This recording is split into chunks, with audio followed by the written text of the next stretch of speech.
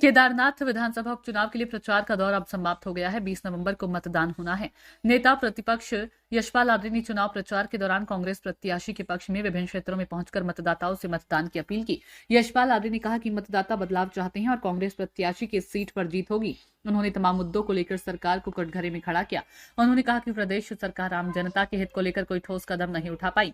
कानून व्यवस्था को लेकर भी उन्होंने कई सवाल खड़े किए। इसके अलावा केदारनाथ धाम के नाम पर दिल्ली में बनाए जाने वाले मंदिर को लेकर भी उन्होंने बीजेपी और प्रदेश सरकार को घेरा है। हालांकि मुख्यमंत्री पुष्कर सिंह धामी पहले ही कई बार कह चुके हैं कि दिल्ली में केदारनाथ धाम नहीं नाम से कोई मंदिर का निर्माण नहीं हो रहा है। इसके साथ ही नेता प्रतिपक्ष यशपाल आर्य ने कहा कि केदारनाथ जैसे क्षेत्र में बीजेपी शराब परोसने का काम कर रही है। उन्होंने एक बार फिर से आरोप लगाया कि उपचुनाव को प्रभावित करने के लिए सरकारी गाड़ियों का दुरुपयोग किया गया।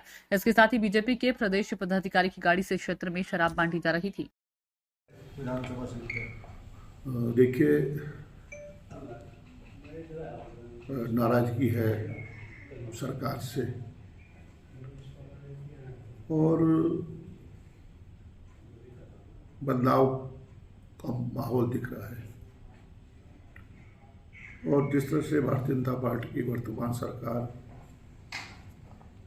तुगलकी फरमान जारी कर रही है, जिस तरह से जन विरोधी फैसले ले रही है, जिससे जन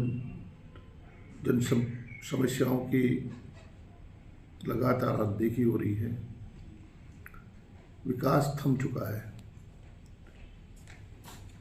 और सबसे बड़ा प्रश्न है कि लोगों के जहन में भी है कि जो रोजगार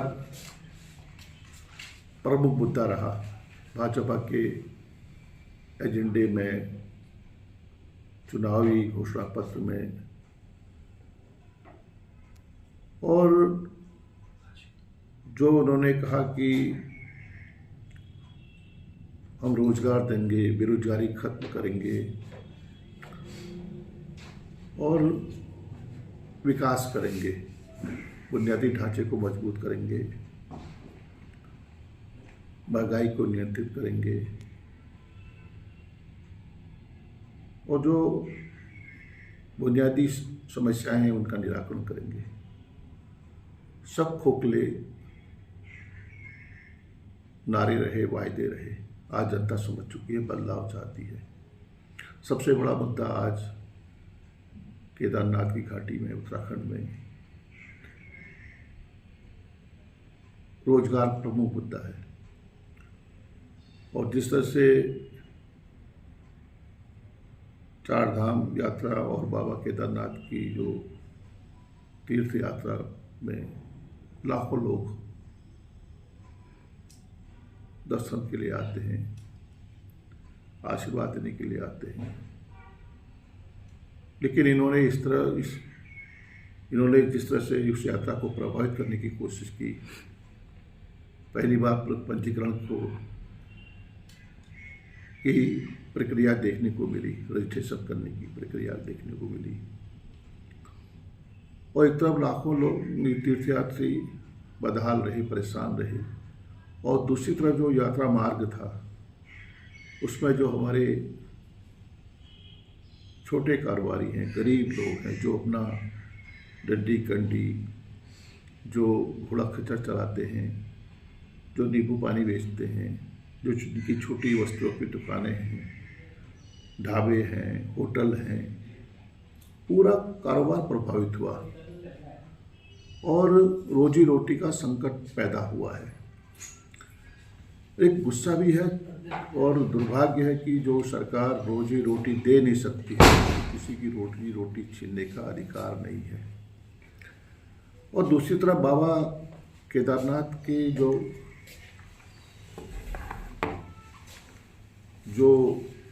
आस्था विश्वास हम सब का है, हमारे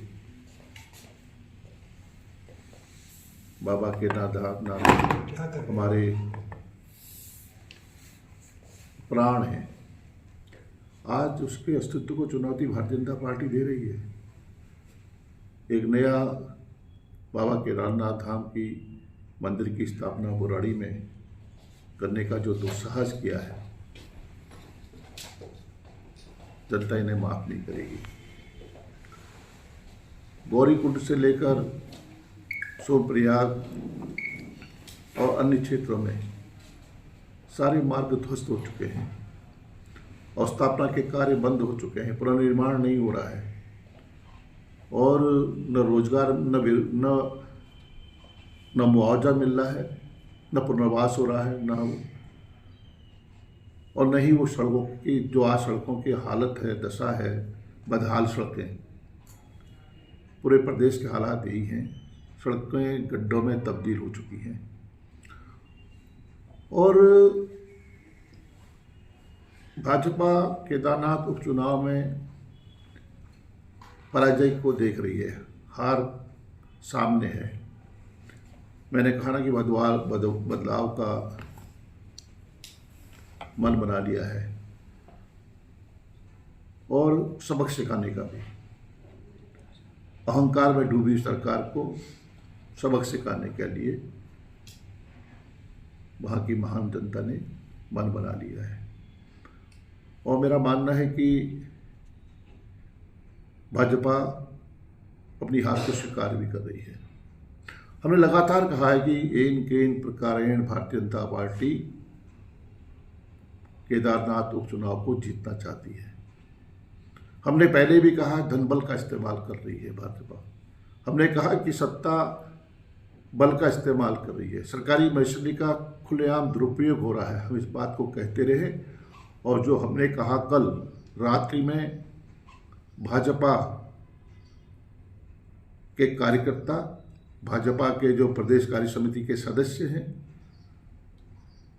उनकी गाड़ी में शराब बांटी जा रही थी, बरामद हुई है, पकड़ी गई। हमारे कार्यकर्ताओं ने पकड़ा और FIR दर्ज हुई है, उस गाड़ी को सीज कर दिया गया है और उसके बावजूद भाजपा सरकार, भाजपा के कार्यकर्ता, भाजपा के नेता इस बात को स्वीकार करने को तैयार नहीं है कि ये षड्यंत्र है, कह रहे हैं उल्टा चोर कोतवाल को डांटे। ये सब केदारनाथ विधानसभा की महान जनता जान चुकी है और ये कितना ही जोर लगा लें, कितना ही धनबल का इस्तेमाल कर लें, कितनी सरकारी मशीनरी का दुरुपयोग कर लें, लेकिन भाजपा चुनाव नहीं जीतेगी। और मैं क्योंकि उनके अस्तित्व का प्रश्न है और उनके सम्मान का, स्वाभिमान का प्रश्न है आज। और मुझे यकीन है कि भाजपा